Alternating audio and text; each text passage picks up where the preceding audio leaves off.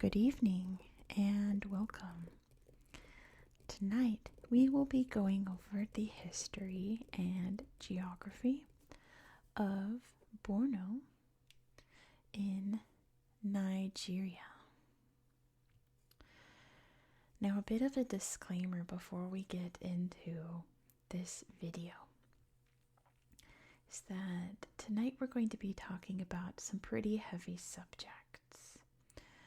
So if this video is not for you and you need to click off, I totally understand. We are going to be discussing some matters involving what I call, in order to keep YouTube happy and my viewers relaxed, I call people who blow things up on purpose. People who do things like that. And doing it in the name of religious extremism. We're also going to be talking about a very famous kidnapping that happened in the state. So, if you know what I'm talking about, I know that topic is not for me. I had a very hard time researching this video just because a lot of the facts that I learned were very distressing and very sad. So yeah, if this is not the video for you, even though I'm going to make it as relaxing as possible, if that's still not enough, I totally understand, and I'll see you in the next video. Or if you want, you can skip ahead to me reading from this book about Nigeria. So Nigeria is a fascinating country, and this book will go into some of the more wonderful aspects of the country. So Nigeria is beautiful and fantastic and full of so many different cultures and religions. I don't want anyone to watch this video and feel that this state reflects the entirety of Nigeria, because it does not. But yeah, I think that's all I wanted to say at the get-go. Just that we're going to be discussing some heavy topics, but I will make them as calm and relaxing as possible. Also, this is in a very precarious spot in my atlas, right on the edge here, so I'm gonna have to trim this so that you're not seeing half of my desk over here. Doing my best here. But yeah, Borno State. Borno State borders 3 other countries. Up here is Niger. This is Chad, which we talked about yesterday on my channel. And this is Cameroon, or the border with Cameroon at least. Now there's some interesting geographic features along these borders that you can see right here. This is Lake Chad. Now Lake Chad, once upon a time, was one of the largest lakes in the African continent. Unfortunately, due to the expansion of the Sahara, due to human use, and just the environment in general not getting enough rain into the lake, it has shrunk considerably, and shrinks and grows throughout the seasons depending on whether or not it's rainy or dry. So on my map you can see that Lake Chad is dotted. It's not a solid color, and that's because this is pretty much the extent of Lake Chad during the rainy times. You can see here, the water here in Chad is what it is permanently today. But it used to be much bigger. By like a lot. And has shrunk considerably. So the shores of Lake Chad used to come all the way down here. Not so today, unfortunately. But we can see this park here called the Chad Basin National Park. Just on the kind of marshy, wettish areas of where Lake Chad could be if it's very rainy. National park there. Most of the state is like a savanna. The trees here and there, there's lots of hills and rivers and grasslands. It gets a little bit more elevated down here in the south. You can see there's Biu. Down here is the Biu Plateau, where it gets much higher elevation and even some volcanoes there as well. But I don't think in the state. I don't think there's volcanoes there, but don't quote me on that. I'm not quite sure.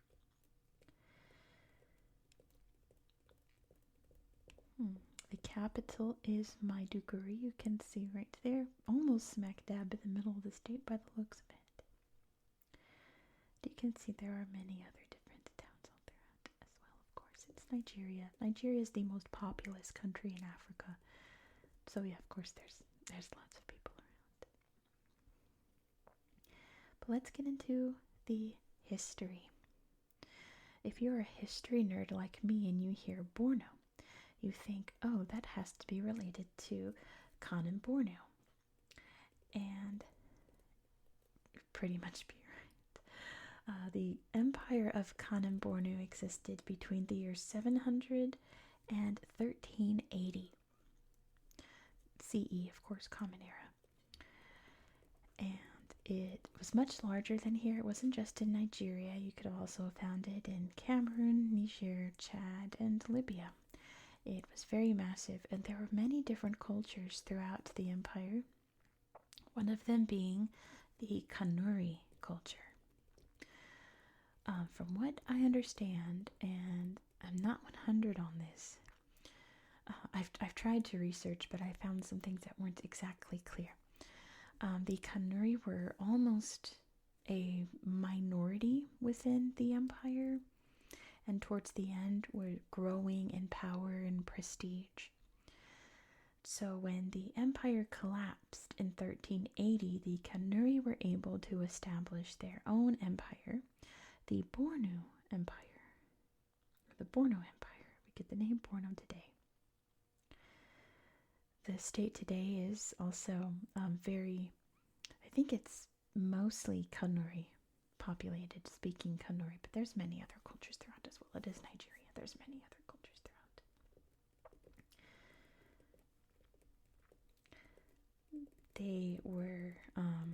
They were around until 1893. In 1893, the Fulani jihad struck this area. The Fulani peoples, of course, marching their way across West Africa. The people here were Islamic.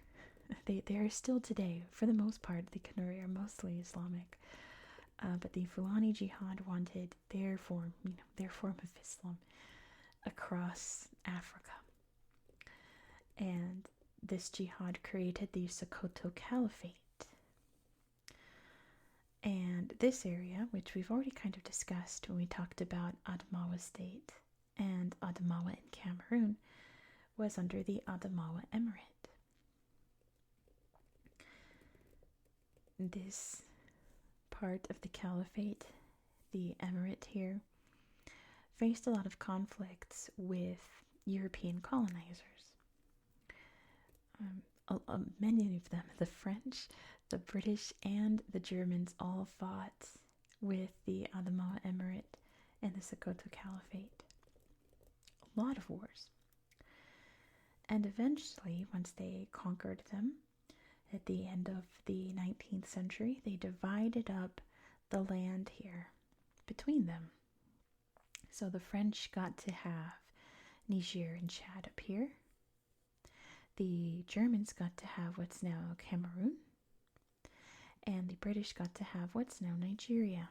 So this became part of the British Empire, this state here.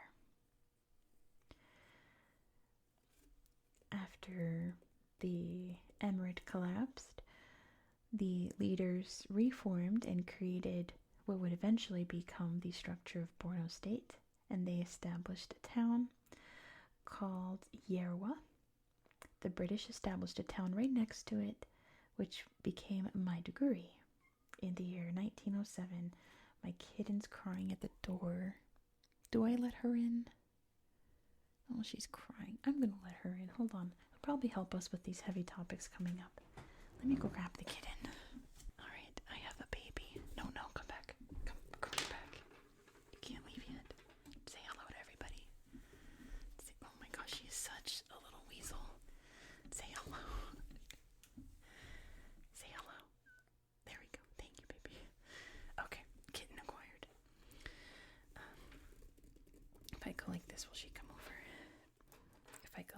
Will she come over?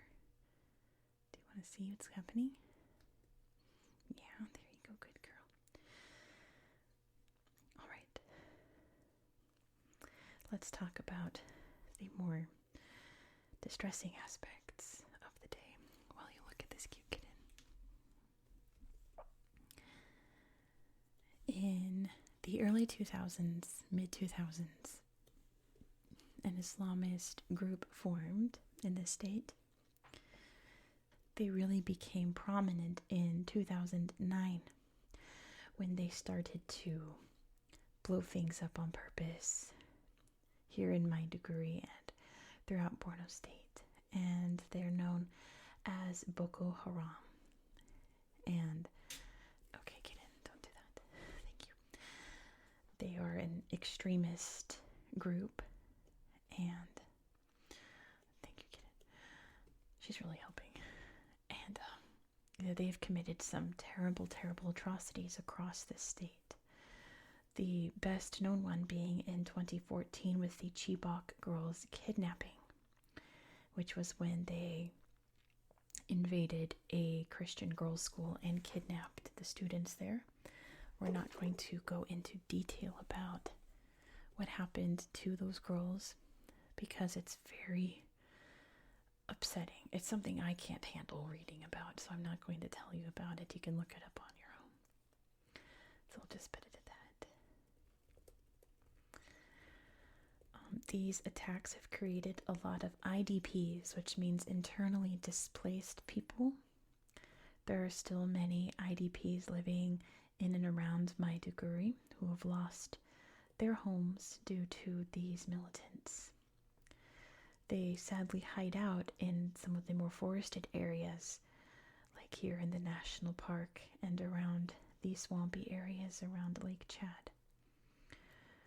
So they really take advantage of this beautiful geography, which is devastating that it has that stigma. I know, Kitten, I agree.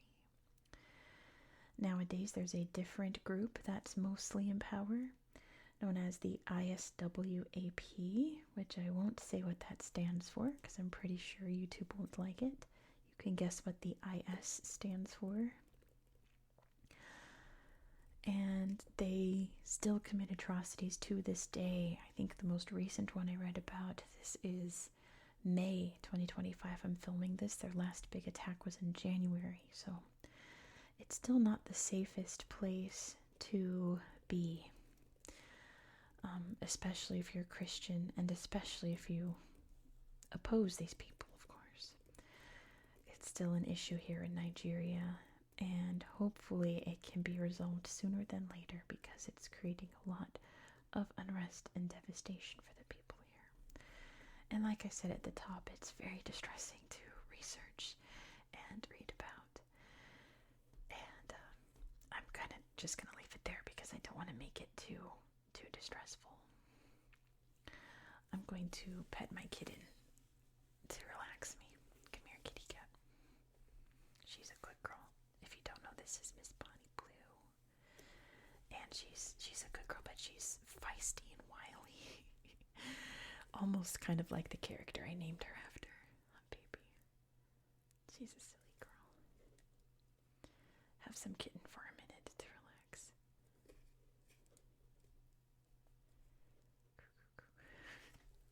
She's like, what's happening? You're my baby.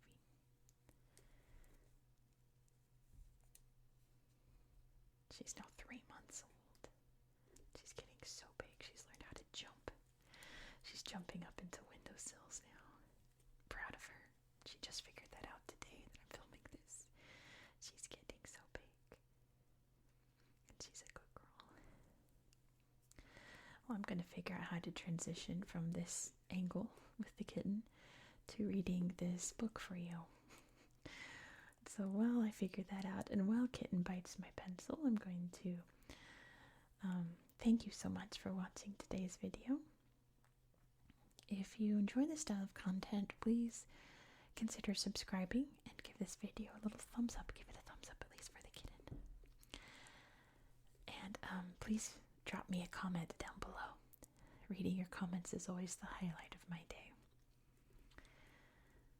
tomorrow we are going to Hungary, so you know that we're going to see some really neat sites on Google Earth. Oh, she is falling asleep. She is falling asleep. Hold on. You're gonna sleep on the map. You're such a good girl. She's gonna sleep on the map. That's cute. So yeah, we'll be going through Google Earth tomorrow and see some really incredible sites and read about 2 UNESCO sites. It's been ages since we talked about a UNESCO site, so I'm excited. Be sure to subscribe so you won't miss out. I hope you found this video to be relaxing and educational. Look at that face, oh my gosh. Look at that face.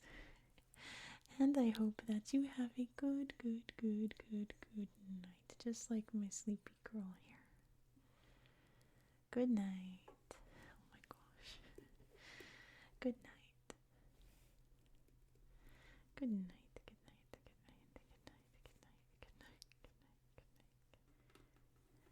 Nigeria.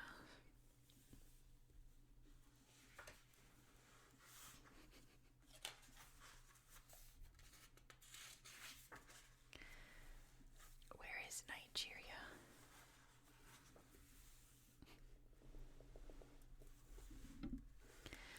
Nigeria is a country on the western coast of Africa. It spans 356,669 square miles, or 923,768 square kilometers. Hey, this is a library book. Be gentle.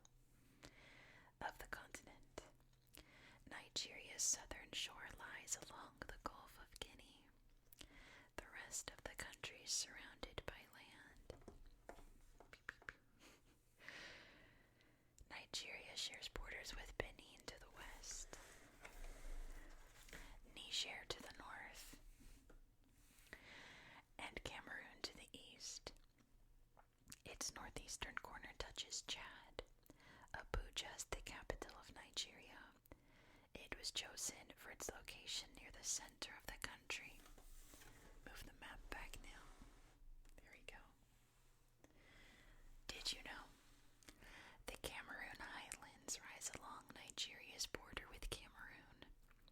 Their tallest peak is Chapo Wadi at 7,936 feet, or 2,419 meters. It is the highest point in Nigeria. And there's Nigeria on the map. It's Abuja, which was picked as the capital because it's in the center of the country. The land. Nigeria's warm climate supports several different biomes.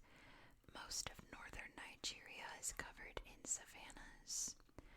Only a few trees and shrubs can grow in these dry grasslands. Southern Nigeria is wet enough for tropical rainforests to grow. Near the coast, the rainforests thin out into freshwater swamps and mangrove forests.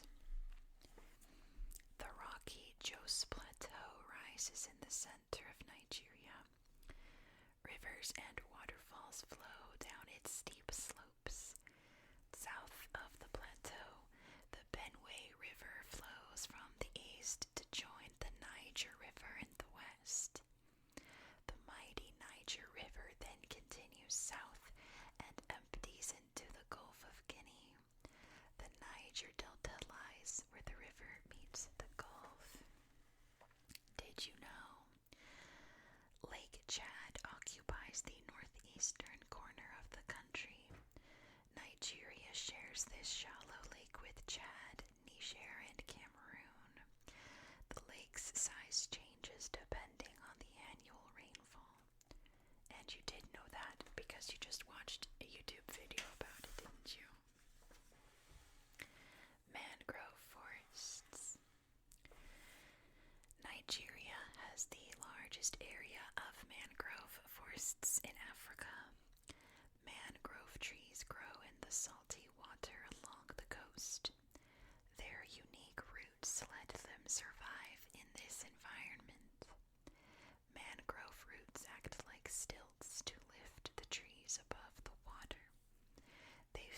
salt from the water and absorb air through tiny holes in their bark.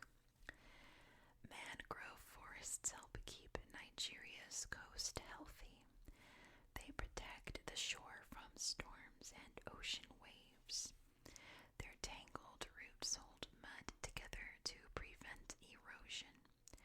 The calm waters of mangrove forests also provide a safe home for sea creatures small enough to swim among the roots.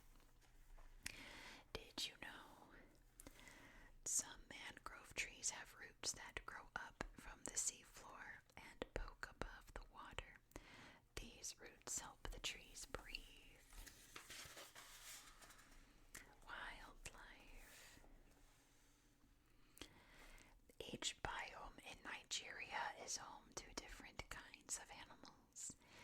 Lions and cheetahs stalk antelope, impala, and other animals on the savanna. Giraffes graze on the savanna's trees and grasses. The black-crowned crane, Nigeria's national bird, flies above. The rainforest provides shelter for African forest elephants, giant forest hogs, African golden cats, and chimpanzees. Hercules baboon tarantulas creep along the rainforest floor. I'm glad there's not a picture of those. In the mountains, gorillas roam around eating plants and roots. Crocodiles and hippopotamuses lurk in the country's wetlands and rivers. They share their watery homes with manatees, turtles, crabs, and fish. Did you know?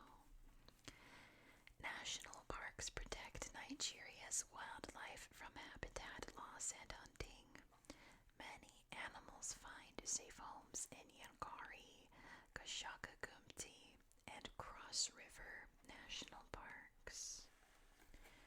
Fun fact: in the savanna and the rainforest, pangolins slurp up insects with their long tongues.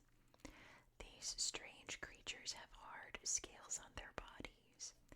When frightened, they can roll themselves into balls.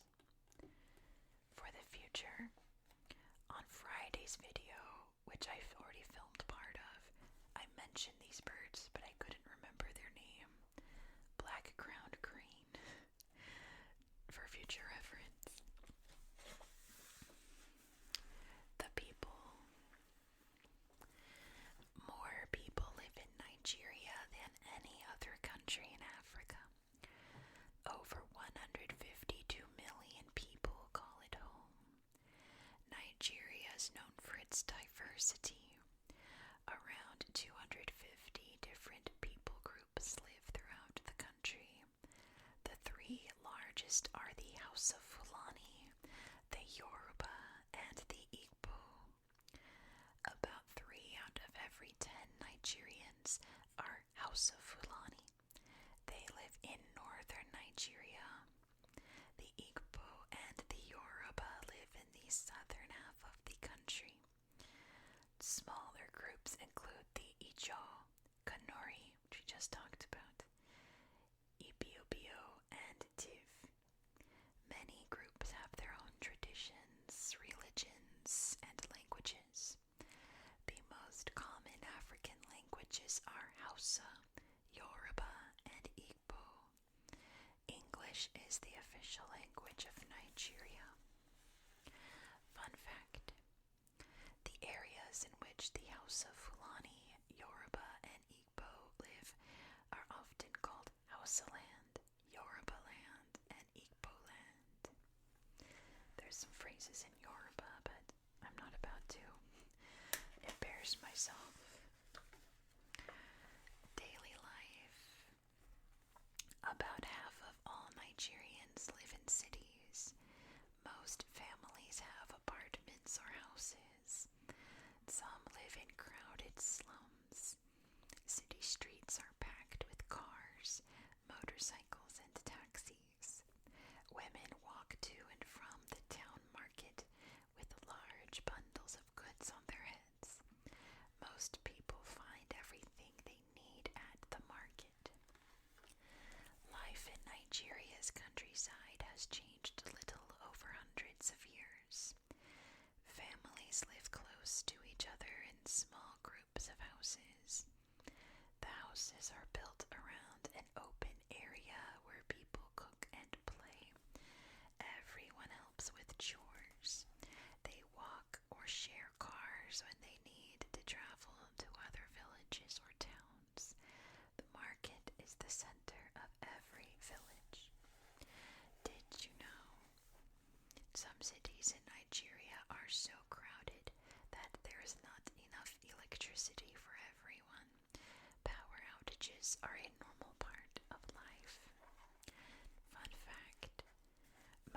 Grasses in Nigeria's countryside are made of mud. Grasses, leaves, or sheets of metal can be used for the roof. Going to school. Children in Nigeria are required to attend school from ages 6 to 15. Elementary school lasts for 6 years. Children study English and the African languages spoken in their area. They also learn science and math. After elementary school, students attend 3 years of middle school. They add social studies, art, and music to their studies. Middle school students must pass an exam to get into high school. Nigerians who graduate from high school can attend one of the country's more than 50 universities. Looks like they have to read in front of the class. Did you guys have to do that? It was like terrible, right? I hated when I had to stand up and read. Not that I was shy or embarrassed, it's just I knew everyone was watching me.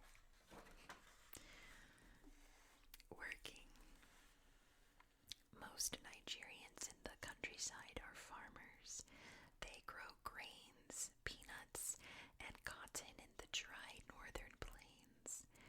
In the south, the most important crops are tubers like taro, cassava, and yams. This is like an either-or thing in American English because we don't really have taro roots or taro roots. So you can say it either way, but I think most people say taro in other countries. Let me know how you guys say it.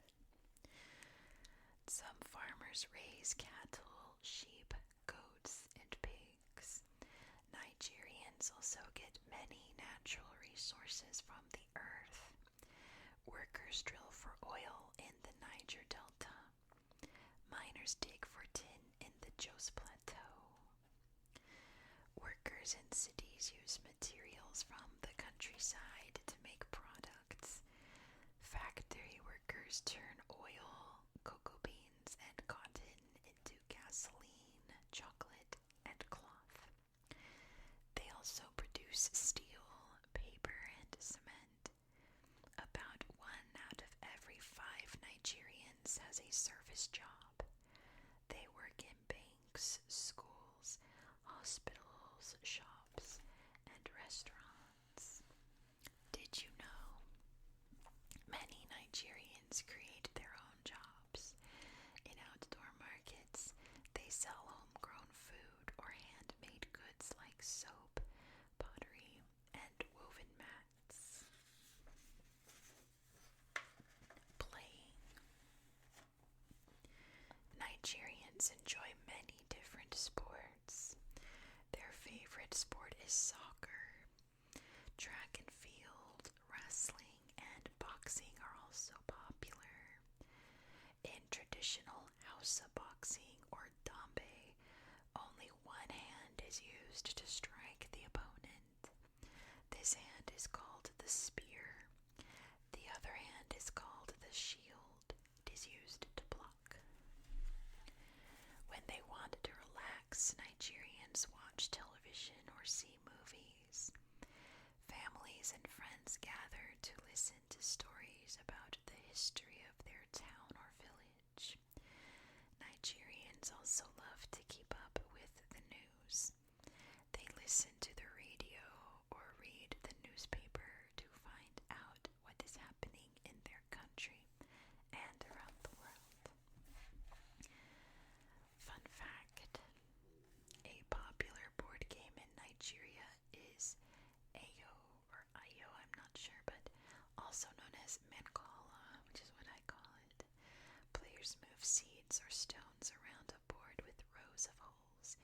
Each village has its own rules. It's one of my favorite games. Did you know? Nigerian girls often challenge their friends to dancing games where they try to match each other's steps. Food. Isn't this the biggest, most beautiful smile you've ever seen?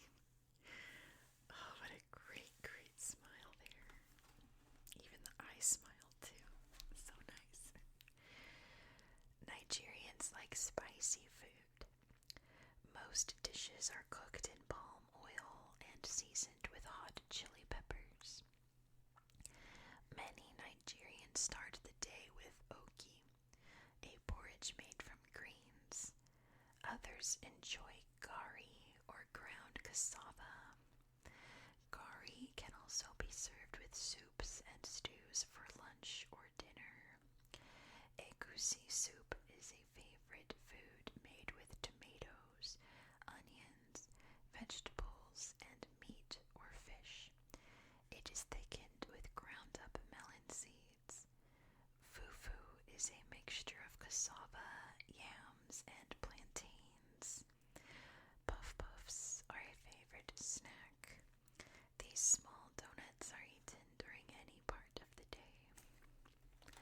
Fun fact: cola nuts are used to flavor soft drinks in Nigeria and around the world. They are also offered to guests as a sign of friendship and welcome. I want to eat one of these so bad. They look like donut holes, which I love donut holes. They look so good. And I've always wanted to try fufu. Someday I'll go to West Africa and try it. Holidays. Nigerians celebrate many national holidays each year. On New Year's Day, some people stay home to pray and reflect on the past year. Others gather for lively parties with music, dancing, food, and fireworks. October 1st is Independence Day. People attend parades and special ceremonies. Nigeria's national colors, green and white, can be seen everywhere. Muslims and Christians in Nigeria celebrate different religious holidays. Christian holidays include Christmas and Easter. On Christmas, Nigerian families gather together for large meals. Most Muslims in Nigeria observe Ramadan. Eid al-Fitr marks the end of Ramadan. It is celebrated with a Durbar festival. This includes a colorful parade to honor leaders of the Muslim community. Fun fact: during a Durbar parade, a Muslim leader and his guards ride through town on horseback. They all wear flashy costumes, and the guards carry swords or spears. Argungu Fishing Festival. Every year, Nigerians and people from around the world look forward to the Argungu Fishing Festival. The 4-day event began as a way to bring neighboring villages together in peace. During the first 3 days of the festival, people enjoy a motor rally, canoe races, and a fair. People dance to traditional music and watch many different sporting events.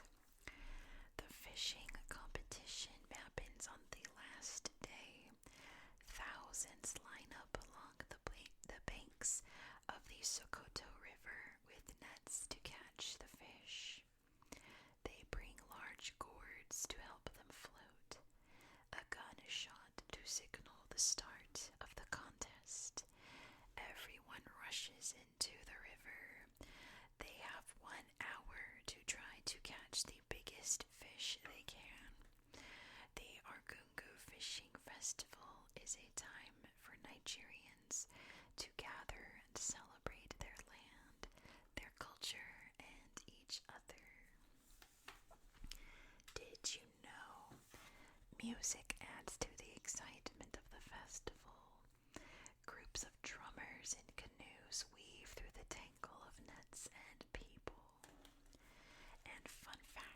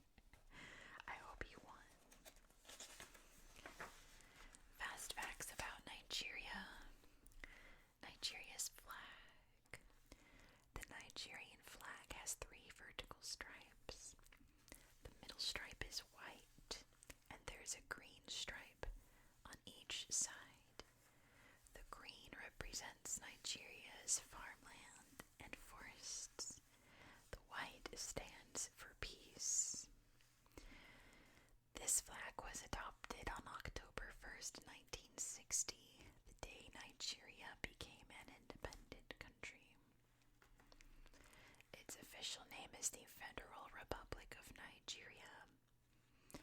Nigeria is the 32nd